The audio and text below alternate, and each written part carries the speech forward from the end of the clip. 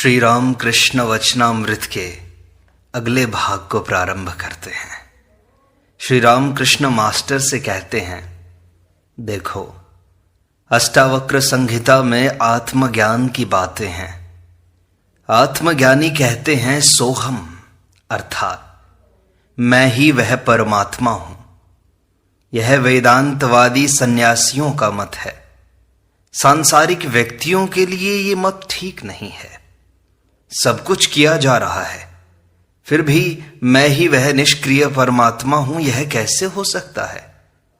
वेदांतवादी कहते हैं कि आत्मा निर्लिप्त है। सुख दुख, पाप पुण्य, ये सब आत्मा का कुछ भी बिगाड़ नहीं सकते, परंतु देहाभिमानी व्यक्तियों को कष्ट दे सकते हैं। धुआं दीवार को मैला करता है, पर आकाश का कुछ नहीं कर सकता। कृष्ण किशोर ज्ञानियों की तरह कहा करता था कि मैं आकाश में रहता हूं। वह परम भक्त था। उसके मुख से ये बात भले ही शोभा दे, पर सबके मुख से ये बात शोभा नहीं देती। ये बहुत ऊंची बातें हैं। ये अंतिम स्थिति है लोगों की। प्रारंभ में साधक को भक्ति का, नाम जप का, ईश्वर के लिए प्रार्थना का सहारा लेना पड़ेगा। पर मैं मुक्त हूं, यह अभिमान बड़ा अच्छा है। मैं मुक्त हूं कहते रहने से कहने वाला मुक्त हो जाता है, और मैं बद्ध हूं कहते रहने से कहने वाला बद्ध ही रह जाता है। जो केवल यह कहता है कि मैं पापी हूं, वही सचमुच गिरता है।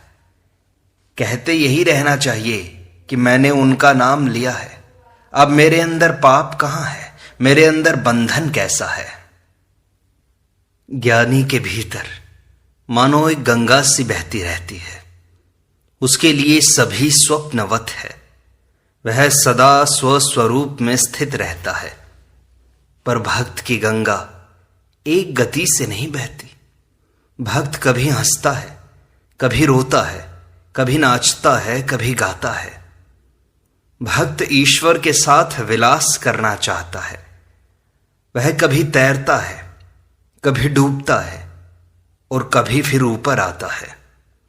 जैसे बर्फ का टुकड़ा पानी में कभी ऊपर और कभी नीचे आता जाता रहता है।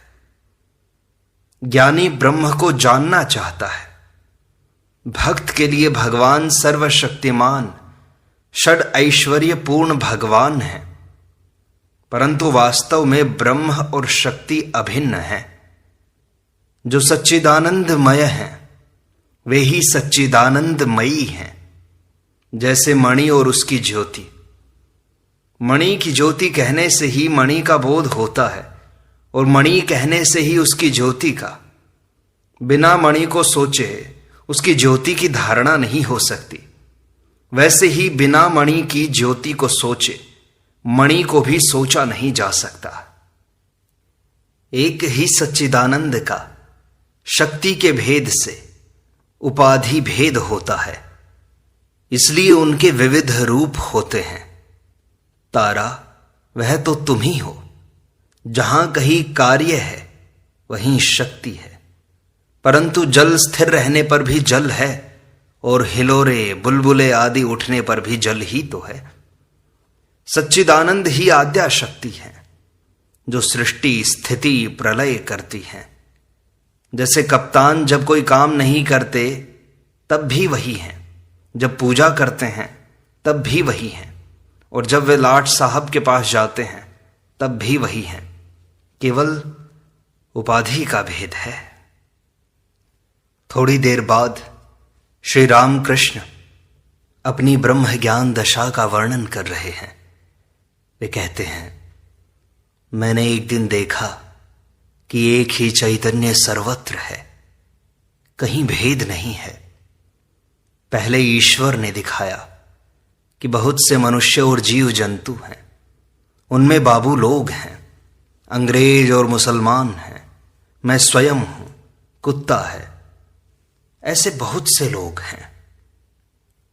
फिर अगले दिन दिखाया कि यहां अनेक भक्त हैं, पार्षद हैं, अपने जन हैं, ज्यों ही आरती का शंख और घंटा बज उठता, मैं कोठी की छत पर चढ़कर व्याकुल हो चिल्लाकर कहता, अरे तुम लोग कौन, कहां हो? आओ, तुम्हें देखने के लिए मेरे प्राण छटपटा रहे हैं। फिर एक दिन ईश्वर सब में समा गए, संपूर्ण रूप से सारी सृष्टि में भीगे हुए पाए गए। फिर एक दिन मणि श्री रामकृष्ण से कहते हैं, महाराज, अगर वही सब कुछ हो गए हैं, ईश्वर ही सब में समाये हुए हैं, तो इस तरह के अनेक भाव क्यों दिखाई पड़ते हैं? श्री रामकृष्ण कहते हैं, विभू के स्वरूप से वे सर्वभूतों में हैं, परंतु शक्ति की विशेषता है। कहीं तो उनकी विद्या शक्ति है और कहीं अविद्या शक्ति, कहीं ज्यादा शक्ति है और कहीं कम। देखो ना, आदमियों के भीतर ठग चोर भी हैं और बाघ जैसे खतरनाक प्रकृति वाले भी हैं। मैं कहता हूं ठग नारायण हैं, बाघ नारायण भी हैं। मणि हंसते हुए कहते हैं, जी, उन्हें तो दूर ही से नमस्कार करना चाहिए। बाघ नारायण के पास जाकर अगर कोई उन्हें भर बांह भेंटने लगे, तब तो वे उसे कलेवा ही कर जाएंगे। श्री रामकृष्ण कहते हैं, वे और उनकी शक्ति, ब्रह्म और शक्ति, इसके सिवाय और कुछ नहीं है।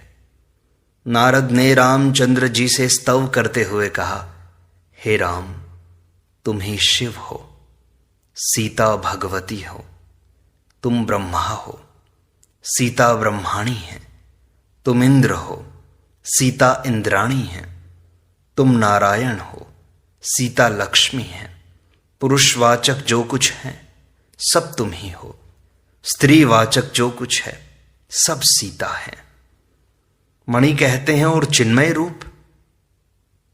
श्री रामकृष्ण कुछ देर बाद विचार करने लगे, फिर धीमे स्वर में कहा, अब ये किस तरह बताऊं? ये सब बातें साधना करने पर समझ में आती हैं। रूप पर विश्वास करना, जब ब्रह्म ज्ञान होता है, अभेदता तब होती है। ब्रह्म और शक्ति अभेद हैं, जैसे अग्नि और उसकी दाहिका शक्ति। अग्नि को सोचने पर साथ ही उसकी दाहिका शक्ति को भी सोचना पड़ता है, और दाहिका शक्ति को सोचने पर अग्नि को भी सोचना पड़ता है। जैसे दूध और दूध की धवलता, जल और उसकी हिम शक्ति। परंतु ब्रह्म ज्ञान के बाद भी अवस्था है, ज्ञान के बाद विज्ञान है। जिसे ज्ञान है, जिसे बोध हो गया है, उसमें अज्ञान भी है। शतपुत्रों के शोक से वशिष्ठ को भी रोना पड़ा था। लक्ष्मण के पूछने पर राम ने कहा, भाई, ज्ञान और अज्ञान के पार जाओ। जिसे ज्ञान है उसे अज्ञान भी तो होगा। पैर में अगर कांटा चुभ जाए तो एक दूसरा कांटा लेकर वह निकाल दिया जाता है, फिर उसके साथ वह दूसरा कांटा भी फेंक दिया जाता है। मणि कहते हैं, क्या अज्ञान और ज्ञान दोनों फेंक दिए जाते हैं? श्री रामकृष्ण कहते हैं, हां, इसलिए विज्ञान की आवश्यकता है।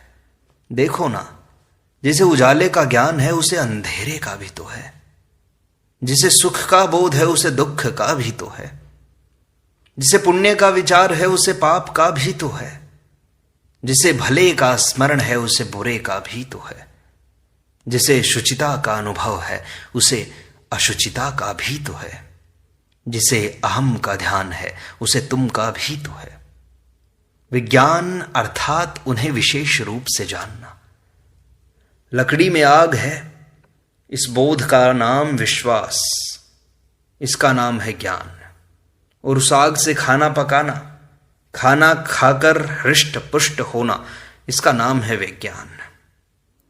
ईश्वर है, हृदय में यह बोध होना, इसका नाम है ज्ञान।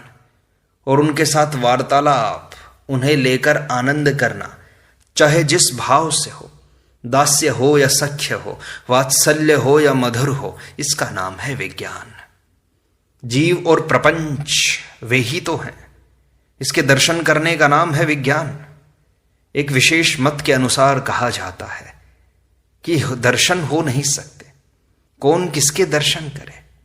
वह तो अपने ही स्वरूप के दर्शन करता है।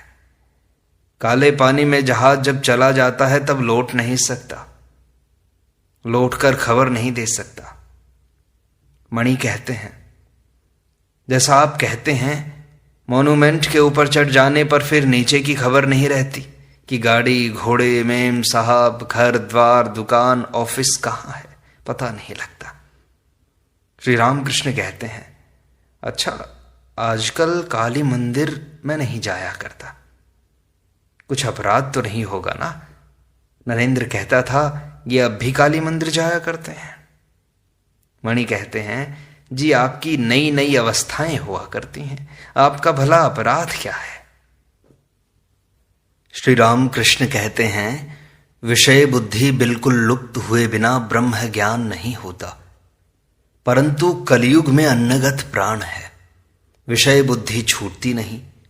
रूप, रस, गंध, शब्द, स्पर्श, मन सदा इन्हीं विषयों को लेकर रहता है। इसलिए श्री रामकृष्ण कहते हैं, कली में वेद का मत नहीं चलता। जो ब्रह्म है वे ही शक्ति हैं। शक्ति की उपासना करने से ही ब्रह्म की उपासना होती है। जिस समय वे सृष्टि, स्थिति, प्रलय करते हैं उस समय उन्हें शक्ति कहते हैं। दो अलग अलग नहीं, एक ही हैं। श्री रामकृष्ण कहते हैं, क्यों नेति नेति करके भटक रहे हो? ब्रह्म के संबंध में कुछ भी कहा नहीं जा सकता। केवल कहा जा सकता है तो अस्ति मात्रम, है मात्र। हम जो कुछ देख रहे हैं, सोच रहे हैं, सभी उस आद्या शक्ति का, उस चित्त शक्ति का ही ऐश्वर्य है। सृजन, पालन, संहार, जीव जगत, फिर ध्यान, ध्याता, भक्ति, प्रेम, सब उन्हीं का ऐश्वर्य है। परंतु ब्रह्म और शक्ति अभिन्न हैं। लंका से लौटने के बाद हनुमान ने राम की स्तुति की थी। कहा था, हे राम तुम ही पर ब्रह्म हो और सीता तुम्हारी शक्ति है, परंतु तुम दोनों अभिन्न हो। जिस प्रकार सर्प और उसकी टेढ़ी गति, सांप जैसी गति को सोचना हो तो सांप को सोचना होगा, और सांप को सोचने पर सांप की गति को भी सोचना पड़ता है। दूध का विचार करने पर दूध के रंग का, धवलत्व का विचार नहीं करना पड़ता, वो अपने आप आ जाता है। और दूध की तरह सफेद अर्थात धवलत्व को सोचने पर दूध का स्मरण अपने आप आ जाता है। जल की शीतलता का चिंतन करते ही जल का स्मरण आता है, और फिर जल के चिंतन के साथ ही जल की शीतलता का भी चिंतन करना पड़ता है। इस आद्या शक्ति या महामाया ने ब्रह्म को आवृत कर रखा है। आवरण हट जाते ही मैं जो था वही बन गया, मैं ही तुम ही मैं हूं। जब तक आवरण है तब तक वेदांतवादी को सोहम अर्थात मैं ही पर ब्रह्म हूं यह बात नहीं चलती। जल की ही तरंग है, तरंग का जल नहीं कहलाता। जब तक आवरण है तब तक मां मां कहकर पुकारना अच्छा है। तुम मां हो, मैं तुम्हारी संतान हूं। तुम प्रभु हो, मैं तुम्हारा दास हूं। सेव्य सेवक भाव अच्छा है। इसी दास भाव से फिर सभी आते हैं। सख्य, शांत इत्यादि सभी भाव आ जाते हैं। मालिक यदि नौकर से प्यार करता है तो उसे बुलाकर कहता है, आ मेरे पास बैठ, तू जो है मैं भी वही हूं। परंतु नौकर यदि अपनी इच्छा से मालिक के पास बैठने जाए तो क्या मालिक नाराज ना होंगे?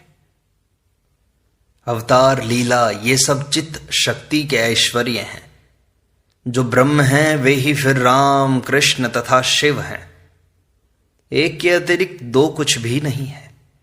वेद में कहा है ओम सच्चिदानंदम ब्रह्मा, पुराण में कहा है ओम सच्चिदानंदः कृष्ण, और तंत्र में कहा है ओम सच्चिदानंदः शिवः। उस चित्त शक्ति ने महामाया के रूप में सभी को अज्ञानी बना रखा है।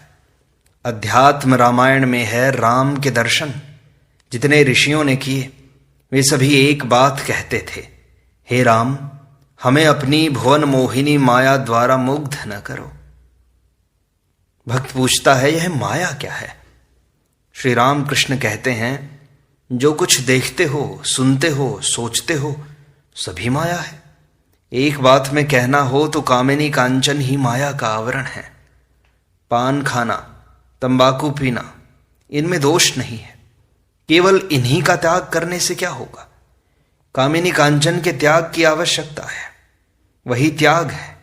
गृहस्थ लोग बीच बीच में निर्जन स्थान में जाकर साधन भजन कर अपनी भक्ति प्राप्त करके मन से त्याग करें। सन्यासी बाहर भीतर दोनों ओर से त्याग करें। सरल भाव से कहो, हे ईश्वर दर्शन दो, और रो कहो, हे ईश्वर कामिनी कांचन से मन हटा दो, और डुबकी लगाओ। ऊपर ऊपर बहने से या तैरने से क्या रत्न मिलते हैं? डुबकी लगानी पड़ती है। गुरु से पता लेना चाहिए। एक व्यक्ति बाणलिंग शिव की खोज कर रहा था। किसी ने कह दिया, अमुक नदी के किनारे जाओ, वहां पर एक वृक्ष देखोगे, उस वृक्ष के पास एक भंवर है, वहां पर डुबकी लगानी होगी, तब बाणलिंग शिव मिलेगा। इसीलिए गुरु से पता जान लेना चाहिए। सच्चिदानंद ही गुरु के रूप में आते हैं। मनुष्य गुरु से यदि कोई दीक्षा लेता है तो उन्हें मनुष्य मानने से कुछ नहीं होगा, उन्हें साक्षात ईश्वर मानना होगा, तभी मंत्र पर विश्वास होगा। विश्वास हुआ कि सब कुछ हो गया। एकलव्य ने मिट्टी के द्रोणाचार्य बनाकर वन में बाण चलाना सीखा था। मिट्टी के द्रोण की पूजा करता था, साक्षात द्रोणाचार्य मानकर। इसी से वह धनुर्विद्या में सिद्ध हो गया। ठीक विश्वास से उन्हें प्राप्त किया जा सकता है, और पूरा विश्वास करने पर और भी शीघ्र प्रगति होती है। गौ यदि चुन चुन कर खाती है तो दूध कम देती है। सभी प्रकार के घास पत्ते खाने पर वह अधिक दूध देती है। अगले दिन श्री राम कृष्ण एक भक्त से कहते हैं, उन्हें कौन जान सकता है? मैं जानने की चेष्टा भी नहीं करता। मैं केवल मां कहकर पुकारता हूं। मां चाहे जो करें, उनकी इच्छा होगी तो वे समझाएंगी, और न इच्छा होगी तो न समझाएंगी। इससे क्या है? मेरा स्वभाव बिल्ली के बच्चे की तरह है। बिल्ली का बच्चा केवल म्याऊं म्याऊं करके पुकारता है। इसके बाद उसकी मां जहां रखती है वहीं रहता है। कभी कंडोरे में रखती हैं, कभी बाबू साहब के बिस्तर पर। छोटा बच्चा बस मां को चाहता है। माता का कितना ऐश्वर्य है वह नहीं जानता, जानना भी नहीं चाहता। वह जानता है मेरी मां है, मुझे क्या चिंता है। नौकरानी का लड़का भी जानता है कि मेरी मां है। बाबू के लड़के के साथ अगर लड़ाई हो जाती है तो कहता है कि मैं अपनी मां से कह दूंगा मेरी मां है कि नहीं। मेरा भी संतान भाव है। श्री राम कृष्ण अकस्मात अपने को दिखाकर, अपनी छाती में हाथ लगाकर मणि से कहते हैं, अच्छा इसमें कुछ है, तुम क्या देखते हो? मणि निर्वाक भाव से श्री राम कृष्ण को देख रहे हैं। शायद सोच रहे हैं श्री राम कृष्ण के हृदय में साक्षात जगन माता हैं। क्या जीवों के कल्याण के लिए मां स्वयं देह धारण करके आई हुई है? श्री राम कृष्ण कहते हैं, ईश्वर के संबंध में अनुमान लगाना व्यर्थ है। उनका ऐश्वर्य अनंत है। बेचारा मनुष्य मुख क्या प्रकट कर सकेगा?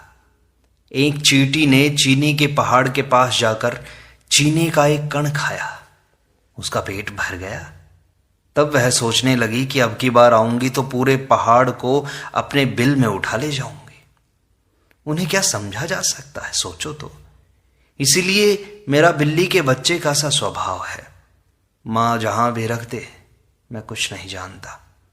छोटे बच्चे नहीं जानते मां का कितना ऐश्वर्य होता है। इस प्रकार श्री रामकृष्ण वचनामृत का यह भाग यहीं संपूर्णता को प्राप्त होता है। शेष अगले अंक में।